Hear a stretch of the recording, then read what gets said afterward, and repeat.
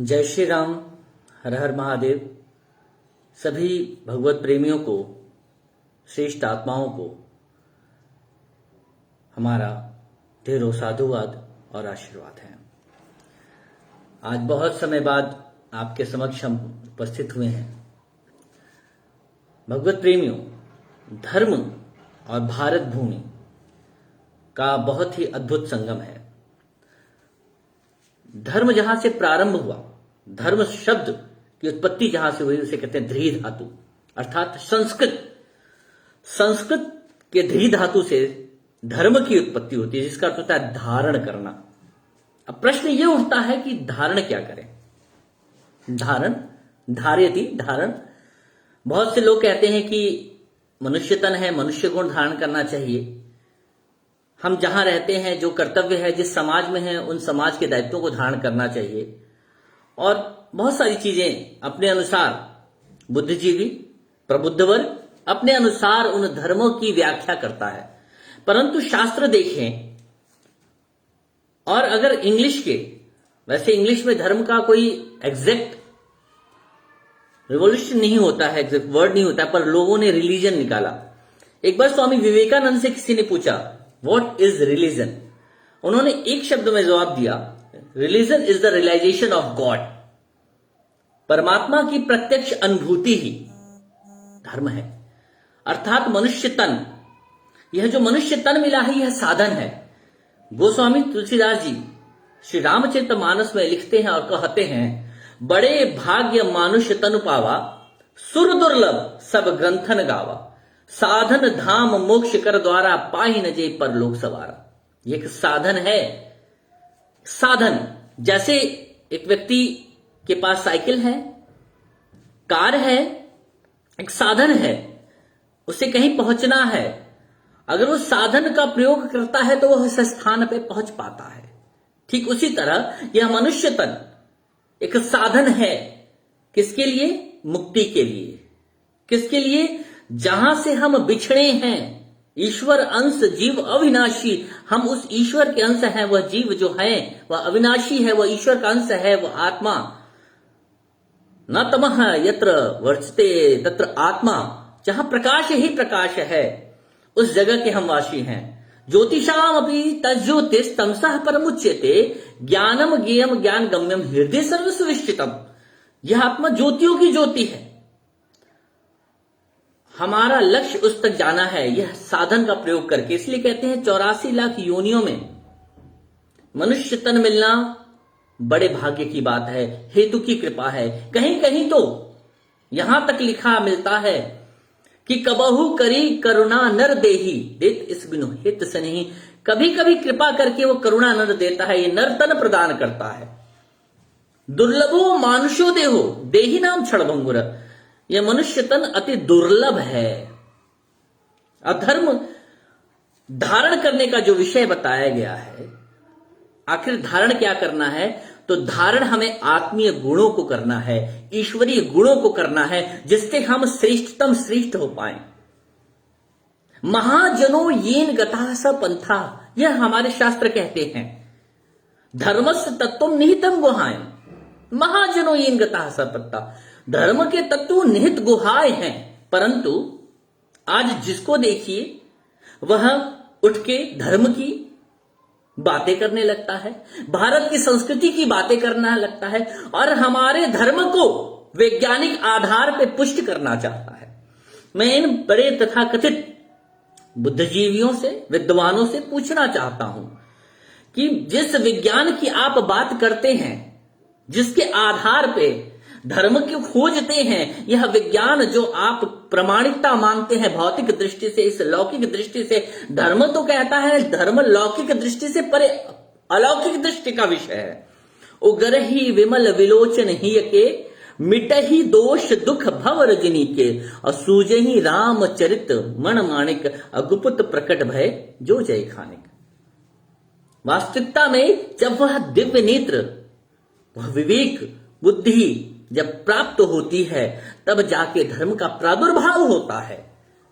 परंतु आज सभी कोई धर्म को मानवता, मानव सभ्यता, समाज, संस्कृति ही समझ रखा है, जबकि धर्म विशेष बहुत ही महान गुणों का, आत्मीय गुणों का, ईश्वरीय गुणों का प्रदर्पण होना ही धर्म है। जहां पे एक जगह मिलता है कि 10 गुणों का प्राकट्य हो जाना धर्म है, जैसे धृति, क्षमा, दमो अस्तयम, शौचः इंद्रिय निग्रह,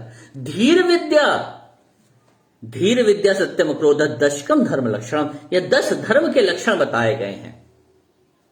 जहां पे आपको धैर्य, इंद्रियों का संयम, चोरी न करना, निग्रह रखना, असत्य नहीं बोलना, ये सारे कुछ मिला के 10 लक्षण धर्म के जो व्याख्या की गई है, धर्म ये होता है। ना कि कहीं से किसी भी पंथ को हम धर्म बना ले। पंथ अलग चीज है, संप्रदाय अलग चीज है, धर्म अलग है। धर्म धारण करने का विषय है। बार बार फिर कह रहा हूं कि शास्त्र सम्मत कहते हैं, यह शास्त्र विधि मुत्सृजय वर्तते काम कारतः न स सिद्धिम अवाप्नोति न सुखाम न पराम गति। जो व्यक्ति शास्त्र सम्मत कार्य नहीं करते, न उन्हें सुख मिलता है, न उन्हें परम गति मिलती है। अगर जिन्हें परम गति, सुख और शांति चाहिए, उन्हें शास्त्र सम्मत कार्य करना चाहिए। और रही बात भारत भूमि पे चमत्कार की, तो यह सर्वविदित है, अष्ट सिद्धि नौ निधि हमारे ही भारत संस्कृति की परंपरा रही है, जिसमें अपने मन की क्षमताओं को अज्ञानता के वश न जानने के कारण व्यक्ति यह नहीं समझ पाता कि उसके अंदर अथाह क्षमता होती है। जैसे अनायास साधारण सा व्यक्ति कहीं बैठा होता है किसी अन्य चिंतन में, और अचानक से उसे लगता है कि कोई इसे याद कर रहा है, कोई घटना घटने वाली है, पूर्वाभास हो जाना, यह सब उसके अंदर की क्षमताएं ही, शक्तियां ही तो हैं। और वह पूर्वाभास से, जिसे लोग आज छठी इंद्रियां कहते हैं, 6 सेंस कहते हैं, वह पूर्वाभास उनकी अंदर की सोई सुसुप्त शक्ति है, क्योंकि आत्मा में अथाह शक्ति विद्यमान है। क्योंकि आत्मा जिसका अंश है, वह परम पिता परमेश्वर है, जो सर्वव्यापक है, सर्वंतर्यामी है, सर्वशक्तिमान है। परंतु अनभिज्ञ, अज्ञात या कह दे कूप मड्ढुक, इस बात को कैसे जाने? कूप मड्ढुक मतलब आपने वो कहानी सुनी होगी, कुएं का मेढक। एक बहुत ही प्रेरणादायक कहानी है। एक बार क्या होता है, एक गांव में एक कुआं होता है, और कहीं से किसी अज्ञात कारणों से एक सागर में रहने वाला एक मेढक उस कुएं में आ जाता है। मेढक जब उस कुएं में आता है, तो दूसरा जो उस कुएं में वाला मेढक है, वो पूछता है, आप कहां से आए हैं, अपना परिचय दें। तो वह कहते हैं कि हम तो सागर से आए हैं। बोला, सागर? वो कितना बड़ा होता है, कैसा दिखता है, क्या है उसका रूप रंग? बोला, वो बहुत बड़ा है, बहुत विशाल है, अनंत रचनाओं को लिए छुपा है, वो सृष्टि की अनमोल रचनाएं उसके अंदर है। मड्डुक जो कूप का होता है, कुएं का होता है, वो कहता है, कैसी रचनाएं, कैसा कितना बड़ा होगा? और उसके अनुसार वो कूप का मड्डुक एक स्थान से दूसरे स्थान पे उछलता है, कहता है, क्या इतना बड़ा है? सागर का मेढक कहता है, नहीं, और बड़ा है। फिर वो एक स्थान से और दूसरे स्थान पे छलांग लगाता है, क्या इतना बड़ा है? कहता है, नहीं, बहुत बड़ा है। मेढक कहता है, फिर अंततः वो एक स्थान से और लंबी छलांग लगाता है कुएं में, एक कोने से दूसरे कोने। कहता है, क्या इतना बड़ा है? मेढक कहता है, अरे मड्डुक राज, आपके कुएं जैसा पता नहीं असंख्य कुएं उसमें समा जाएंगे, वो इतना बड़ा है। वो कूप मड्डुक कहता है, असंभव, ऐसा कोई जल स्रोत और हो सकता है, मान ही नहीं सकते, मेरे कूप से बड़ा कोई अन्य स्रोत, अन्य जगह हो ही नहीं सकती, तो झूठ बोल रहा है। ये वही हाल है धर्म के वास्तविकता ज्ञान के, भारत की संस्कृति की वास्तविकता ज्ञान न होने के कारण लोग तरह तरह की बातें करते हैं, लोग तरह तरह के चमत्कारों पे प्रश्न उठाते हैं, ये कैसे हो सकता है? अरे ये क्यों भूल जा रहे हो, ये भारत भूमि है। भा मतलब होता है प्रकाश, और रत मतलब होता है स्थित, जुड़ा हुआ, युज होना, यानी जहां का कण कण, पत्ता पत्ता ईश्वरीय प्रकाश में युज है, जुड़ा है, जिसके लिए उपनिषद कहते हैं, ईशा वास्य मिदं सर्वम यत् किंचित जगत्यां जगत तीन त्यक्तेन भुंजिता मां गृह कस्य सुद्धनम। जहां त्याग तपस्या की भूमि है, जहां कहा जाता है कण कण ईश्वर से व्याप्त है, यह वह भूमि है जहां सदैव ऋषियों से पुष्पित होती रही है। त्याग तपस्या की भूमि है ये, और यहां चमत्कार तो पग पग पे घटते हैं। सबसे बड़ा चमत्कार कि विश्व को सभ्यता सिखाने वाला, विश्व को गिनती सिखाने वाला, विश्व को ईश्वरीय मार्ग पे प्रेरित करने वाला यह भारत ही है। सदैव यहाँ पे अवतारों ने अवतार लिया, जिसके लिए कहा गया है यदा यदा ही धर्मस्य ग्लानिर्भवति भारत अभ्युत्थानम अधर्मस्य तदात्मानं सृजाम्यहम् परित्राणाय साधूनां विनाशाय च दुष्कृतां धर्म संस्थापनार्थाय संभवामि युगे युगे, संभवामि युगे युगे। समय समय पर अगर मैं धरा पे आऊंगा दुष्टों का विनाश करने के लिए, साधुओं का रक्षण करने के लिए, तो वह भारत भूमि होगी। पुनः दोहराता हूं, वह भूमि भारत होगी। इसलिए इतिहास बताता है कि सदैव यहां पे वह परमपिता परमेश्वर, वह पुरुषों श्रेष्ठ महापुरुषों ने ईश्वरीय अवतार हुए हैं। यह सबसे बड़ी उपमा है हमारे इस स्थान की, इस भारत भूमि की। ये संस्कृति बताती है कि पग पग पर यहां चमत्कार करते हैं। सबसे बड़ा चमत्कार इस धरती का यह है। अगर कोई चमत्कार पूछता है, सबसे बड़ी घटना पूछता है इस युग की, सदी की, कलयुग के लिए, तो सबसे बड़ी बात है कि आज भी उस ईश्वर के, उस प्रकाश का, उस तत्व का दर्शन संभव है। संभव है। गीता में साफ साफ कहते हैं साफ साफ कि इन दो नयनों से ईश्वर का दर्शन नहीं होता। जब वो दिव्य नेत्र देंगे, दिव्यम ददामि ते चक्षु पश्चिमे योगमैत्रम, योग मैश्वरम, वह योग का रूप लेने वाला, जिससे जुड़ता है ऐश्वर्य से, जिस ऐश्वर्य से उस आत्मा को जुड़ना है, उसका ऐश्वर्य का दर्शन उस दिव्य नेत्र से कर सकते हैं। ना तो माम शक्य से, इन बाहरी नेत्रों से नहीं कर सकते। ये सबसे बड़ा चमत्कार कि आज भी ऐसे पूर्ण ब्रह्मनिष्ठ तत्ववेत्ता, ऐसे संत धरा पे हैं जो उसका दर्शन कराते हैं। और यही एकमात्र उस संतत्व की पहचान होती है। वास्तविकता में संत की, महापुरुषों की यह पहचान होती है। बाकी अष्ट सिद्धि नवनिधि ये तो सबके पास होती है। रामकृष्ण परमहंस कहते हैं आध्यात्म एक पूर्णतः स्वतंत्र और ईश्वर को जानने का विषय है, आत्मा के अध्ययन का विषय है, ईश्वर से मिलने का विषय है। आध्यात्म अन्य चमत्कारों का विषय नहीं है। वो चमत्कारों का चमत्कार, विज्ञानों का परम विज्ञान, वह आत्म दर्शन का विषय है, ईश्वर के दर्शन का विषय है। अन्यथा चमत्कार तो हर कोई दिखाता है।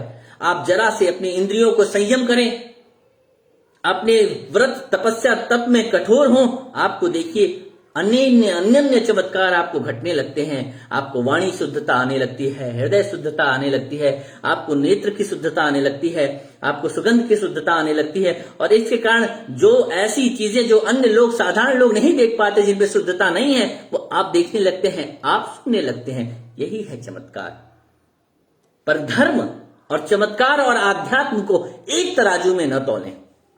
धर्म अगर धारण करने का विषय है तो वह है आत्मीय गुण, ईश्वरीय गुण, जो कहता है कि धृति क्षमा दमो अस्तयम शौचहम इंद्रिय निग्रह धीर विद्या सत्यम अक्रोध दशकम धर्म लक्षण। ये 10 धर्म के लक्षणों को धारण करना है। धारण करना है तो अपनी आत्मा के उस तेज को, उस प्रकाश को, जो आत्मा शरीर से निकल जाती है, तो ये शरीर कितना भी बलशाली क्यों न हो, कितना भी सुंदर क्यों न हो, व्यर्थ रहता है, व्यर्थ हो जाता है। अगर धारण करना है तो उस परम तेजो में परमात्मा की शक्ति को धारण करें, उसका दर्शन करें, जो आज भी इस भयानक कलिकाल की जो बात करते हैं, आज भी यह संभव है, आज भी कराया जाता है। आप ऐसे संतों की खोज करें, ऐसे महापुरुषों की खोज करें। आपको ऐसा कोई नहीं मिलता तो आपका स्वागत है।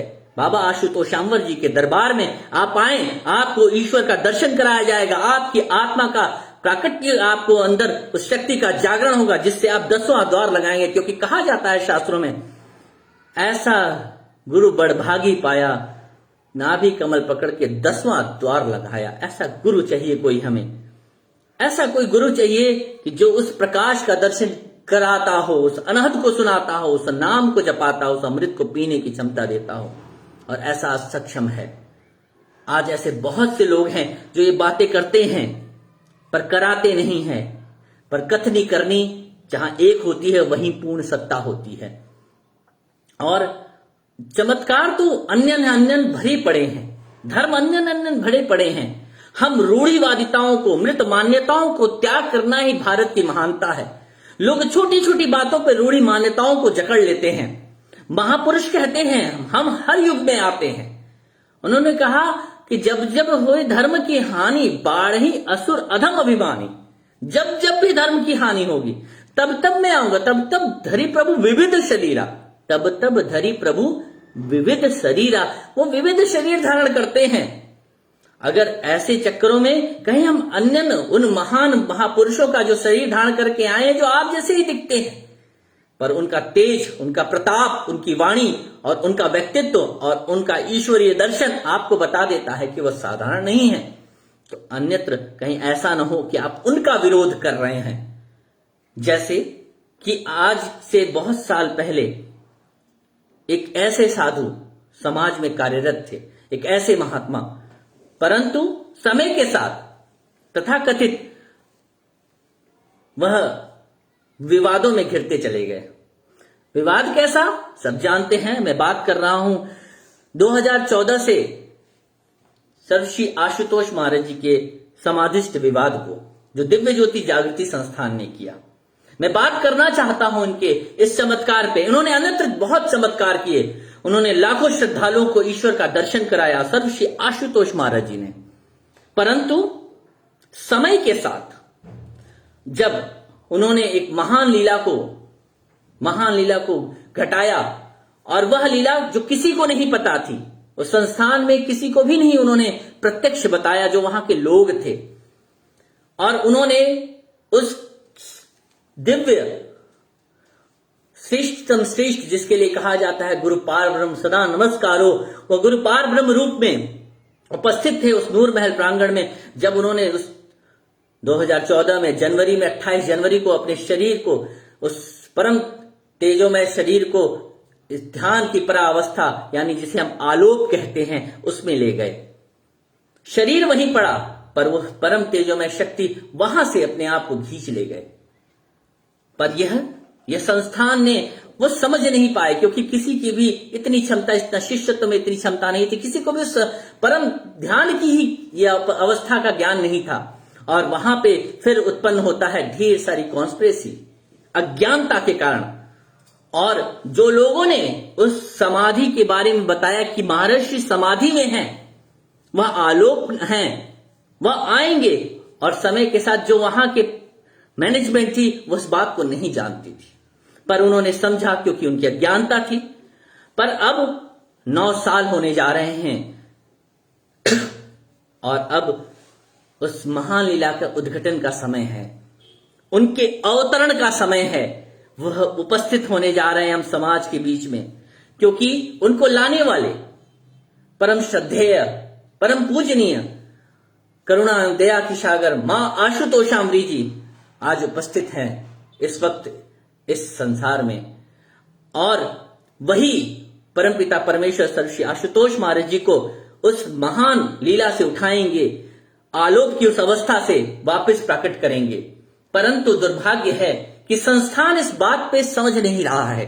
संस्थान के तथाकथित मैनेजमेंट के लोग, पदाधिकारी इस बात को समझना नहीं चाहते हैं, क्योंकि हमें लगता है, मेरा मत है, अगर ये समझते, क्योंकि उन्होंने बहुत बार संदेश दिया लाइव आके आपके बीच में, पर वो समझना नहीं चाहते कि प्रभु उनके आने का समय हो गया है, उनकी उस समाधि, उस महालीला का, उस आलोक की अवस्था को त्यागने का समय हो गया है। और यह काम एक पूर्ण शक्ति ही कर सकती है, और उन्हें यह समझना होगा, क्योंकि उनकी ही एक दी हुई किताब, लिखी हुई छपी एक किताब है उस संस्थान के द्वारा, दिव्य ज्योति जागृति संस्थान द्वारा, समाधि न पूर्ण विराम न अर्ध विराम।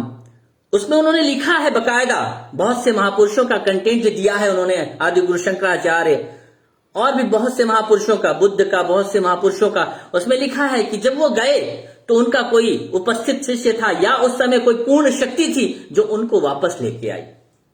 उसी तरह हे सज्जनों, मेरा विनम्र निवेदन है कि परम पूजनीय, परम श्रद्धेय आशुतोष महाराज जी का वापस धरा पे आने का समय हो चुका है, और आप आगे बढ़कर सहयोग दें, क्योंकि उन्होंने अपने आप्त वचनों में लिखा है, जो कोई उसका सहयोगी होगा श्रेय वही तो पाएगा, श्रेय वही तो पाएगा, क्योंकि कार्य न उसका रुकता है। कोई साथ चले न चले पर कार्य न उसका रुकना है। जो कोई उसका सहयोगी होगा श्रेय वही पाएगा। इसलिए समय आ चुका है उस महामानव युग परिवर्तक का वापस इस धरा पे प्राकट्य का, और वह लाने वाली परम शक्ति तेजोमय मां आशुतोष शामली जी उपस्थित हैं अपने कार्य को करने के लिए। अब प्रश्न ये है कि समय मांग ये है कि आप आगे बढ़ते हैं, दिव्य ज्योति जागृति संस्थान के पदाधिकारी वह आगे बढ़ते हैं, या समय की मांग ये बताएगी कि श्रेय उनको मिलना है या श्रेय क्या होता है, ये उनको करना है। क्योंकि एक भजन में महाराज जी कहते हैं, करोगी तुम्ही पर इन्हें साथ ले लो, सृजन मोर्चे पर चरण रूप देंगे, तुम्हारा दिया कुछ इन्हें भी मिला है, सृजन यज्ञ में इसे झोंक देंगे। हे मां, अब तू ही है, तू ही उसे लेके आएगी। महाराज जी बहुत समय पहले इस भजन को गवाए थे। इस भजन की लाइन ऐसे है स्टार्टिंग से कि मनुष्यता विकल है लुटी जा रही, पतन की कहानी यही रोक दो मां, किसे हम पुकारे हम वो किसको निहारे, हमारे लिए तो तुम ही एक हो मां। हे मां, अब तुम ही हो। क्योंकि महाराज जी ने बहुत साल पहले कहा था, सर श्री आशुतोष महाराज जी ने किसी के सामने, संगत के सामने, कि जब सारे द्वार बंद हो जाएंगे, जब कहीं कोई रास्ता नहीं दिखेगा, चौरों अंधकार होगी, तो सिर्फ एक रास्ता, एक द्वार खुलेगा, वो है मां का। और उसकी पहचान है कि आशुतोष की शरण में मां तुम ही लेके आओगे। आशुतोष की शरण में लाने का मतलब कि वह सर श्री आशुतोष महाराज जी समय आलोक हैं और वापस प्रकट वही करेंगे। ये संदेश है मेरा, उन तक पहुंचाने का कष्ट करें, शेयर करें ज्यादा से ज्यादा, जिससे दिव्य ज्योति जागृति संस्थान तक ये बात हमारी पहुंच सके, उन्हें समझ में आए। क्योंकि अब महाराज जी के उठने का समय हो गया है और इसका प्रबंध आप सबको मिलकर करना है, हम सबको मिलकर करना है। क्योंकि जो करेगा वो पाएगा और वही श्रेय पाएगा। पांडवों ने कृष्ण का साथ दे दिया तो युग युगांतर तक नाम हो गया उनका। जो साथ दे जाता है, निभा जाता है, इतिहास में वो नाम दर्ज करा जाता है। इसलिए आपकी बारी है, इतिहास आपको दर्ज कराना है। इसलिए ये संदेश उन तक पहुंचाएं। हम तो तैयार हैं, हम मां के चरणों में बैठे, हम तैयार हैं, मां प्रतीक्षा में हैं। क्योंकि शरीर, वह दिव्य शरीर उनके पास है।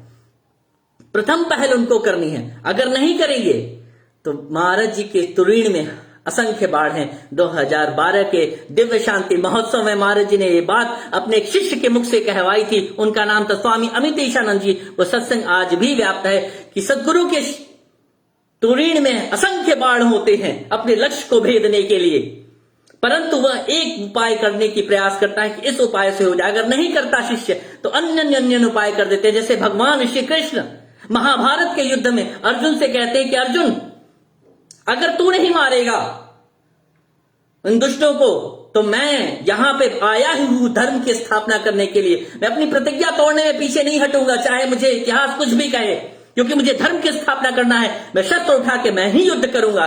पर श्रेय तुझे देना चाहता हूं, ये तुम पे है निर्भर, तुम पे है निर्भर, तुम्हें श्रेय प्राप्त करना है कि नहीं। इसलिए समय आ चुका है, समय आ चुका है इस बलशाल का, समय आ चुका है इस महामानव का, महानायक का, इस धरा पे अवतरण का। इसलिए विलंब ना करें, हमारे इस वचन को उन तक पहुंचाएं और दिव्य ज्योति जागृति संस्थान के सभी पदाधिकारियों से कहें कि चेत जाएं, उठ जाएं, श्रेय को प्राप्त कर लें। आप लोग का, आप सभी श्रद्धालुओं का बहुत बहुत धन्यवाद। जय श्री राम। बहुत साधुवाद। आत्मीय जनों का ढेर सारा प्रेम है, आशीर्वाद है सभी को। अगर कोई प्रश्न पूछना चाहता है तो आप लिख के टेक्स्ट कर सकते हैं किसी भी चीज से। बाकी समय के साथ इतिहास बदल रहा है, युग बदल रहा है, युग में नवा चरण शुरू हो गया है। देश तेजी से बदलाव को प्राप्त हो रहा है। आज हर कोई हो रहे आघातों को समझ रहा है।